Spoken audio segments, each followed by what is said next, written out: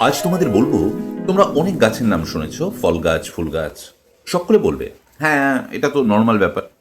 কিন্তু এমন কোনো ফল গাছের নাম শুনেছো বা এমন কোনো ফুল গাছের নাম শুনেছো যে এক গাছে 40 রকমের ফুল ফোটে বা একটি গাছে 40 রকমের ফল ধরে?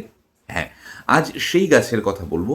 আজকের কথা নয়, তবে গল্পটি আমার সামনে যখন আমি জানলাম তখন আপনাদের সঙ্গে একটু ভাগ করে নিই। কথা বলছি সেই গাছটি, যে গাছটি বসন্ত এলেই নতুন ডালপালা তো গজায়, সেই সঙ্গে প্রায় 40 রকমের ফুল ফুটে ওঠে। এবং বসন্তের পর যখন আস্তে আস্তে গ্রীষ্মকাল আসে, সেই গাছে হরেক রকমের ফল দেখা যায় একটি গাছে। হ্যাঁ, এটা নিউ ইয়র্কের সাইরাকুসে বিশ্ববিদ্যালয় প্রাঙ্গণের একটি গাছ।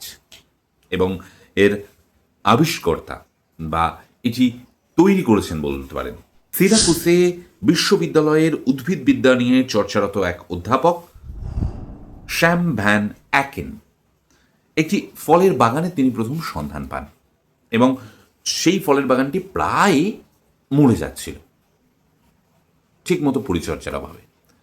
যখন তার উপর দায়িত্ব আসে, তিনি দেখলেন কোনো রকমভাবে 40টি গাছ এর মধ্যে বাঁচানো যায়।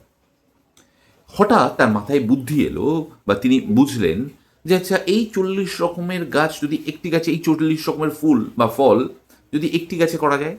শুরু হলো গবেষণা, শুরু হলো অনেক খুঁটিনাটি দেখা। তারপর অনেক গবেষণার পর শেষে সফলতা এলো। 2011 সালের 40 ধরনের চারাসহ একটি গাছের তৈরি হলো এবং যা পুঁতে দেওয়া হয় সিরাকুসের বিশ্ববিদ্যালয়ের ক্যাম্পাসে। তারপরেও বেশ কয়েক বছর পরীক্ষা, যেটা হয় গবেষণার পর তার সাকসেস কেমনভাবে আসছে সেটা দেখার জন্য উদ্গ্রীব থাকতে হয়। অবশেষে বসন্তের এক সকালে গাছে ফুল এলো। কি ফুল? গোলাপি, লাল, কমলা, হলুদ, নীল, নানা রকম ফুলে ভরে উঠল গাছ।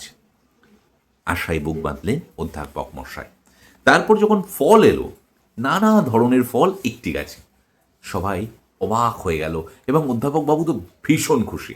আজকে আপনাদের সঙ্গেও ভাগ করে নিলাম, কেননা একটি গাছেই এতগুলো ফুল, এতগুলো ফল, সত্যি গবেষণা দ্বারা কত কিছুই সম্ভব হয়েছে এবং এগুলো জানতে পড়তে খুব ভাল লাগে।